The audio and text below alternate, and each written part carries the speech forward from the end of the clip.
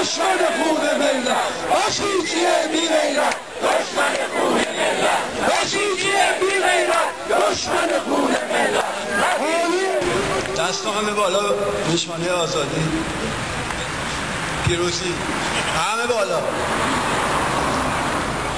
حمایت ایرانی با غیرت حمایت حمایت ایرانی با غیرت حمایت امشب توی دشمن این کار توی پس خوشا توی دشمن این کار pour l'audace de ceux qui osent défier la brutalité de Ali Khamenei et de son protégé Ahmadinejad.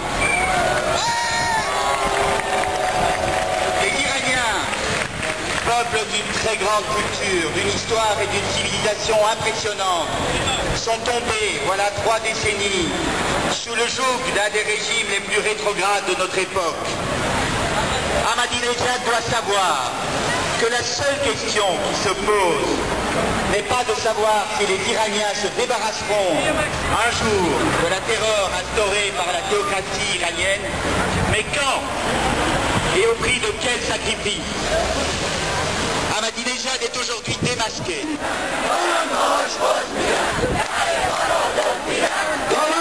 Soyons ici cet après-midi, nous le serons encore peut-être la semaine prochaine pour maintenir la pression et pour soutenir ceux qui manifestent aujourd'hui en Iran.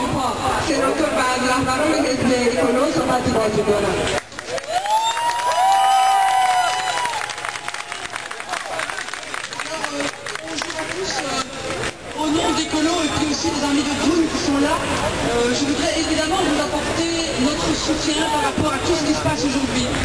Je voudrais vous dire que la première réunion du groupe des Verts au Parlement européen qui s'est tenue mercredi, alors même que le Parlement européen n'est pas encore installé, notre première action a été d'inviter Marjane Satrapi qui nous a fait un témoignage extrêmement fort sur ce qui se passe sur place.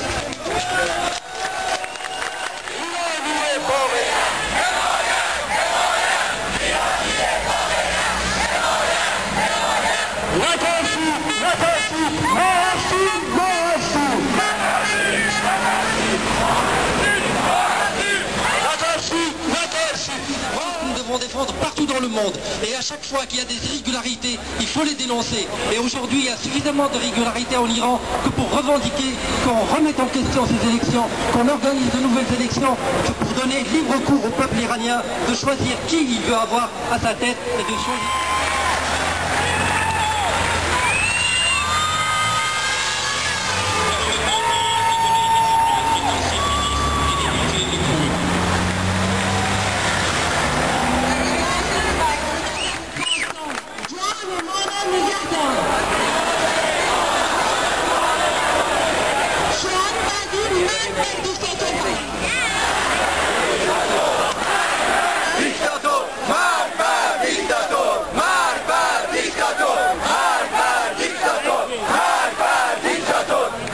به خارج از کشور توسط خارجی‌ها به شدت سخت شده. امکان پذیر خیلی واقعا تو سطح پایینیه.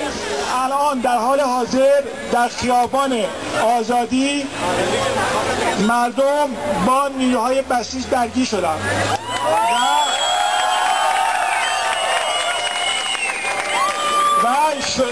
و گوش در خیابان آزادی و در ضمن در میدان انقلاب نیروهای بسیار وسیع از بسیجی ها، لباس شخصی ها و نیروهای امنیتی جمع شدن جهت اینکه حالا سیاستشون حتما همینه که حمله کنن به تظاهر کنندگان.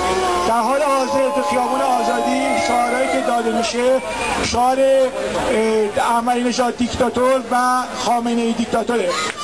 و حال من میگم یک بار هم شده با صدای بلند 3 بار اعلام کنید احمدی‌نژاد دیکتاتور، احمدی‌نژاد دیکتاتور، احمدی‌نژاد دیکتاتور، احمدی‌نژاد دیکتاتور، احمدی‌نژاد دیکتاتور، احمدی‌نژاد دیکتاتور. Alors, ensuite nous allons maintenant inviter Sabine Meyer, qui est conseillère pour le groupe des Verts au Parlement européen. J'ai été responsable pour la délégation avec l'Iran et le Parlement européen pendant 5 ans. Liebe Freunde, die aus Deutschland gekommen seid, multikulturelles Land und wir haben hier 3 Sprachen. Herzlich willkommen aus Deutschland auch. Und ich möchte ein paar Worte verlieren über die Arbeit der Iran-Delegation, weil ich 5 Jahre lang für diese Delegation im Parlament verantwortlich gewesen bin. Tous les jours,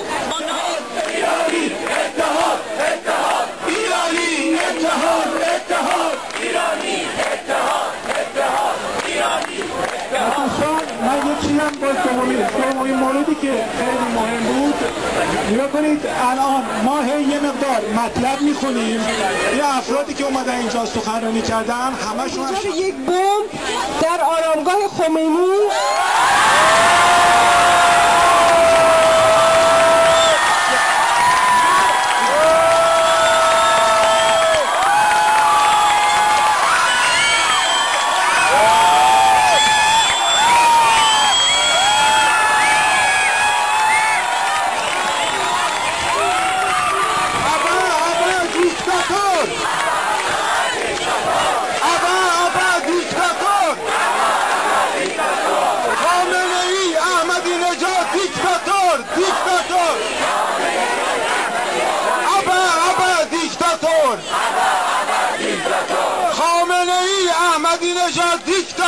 دیکتاتور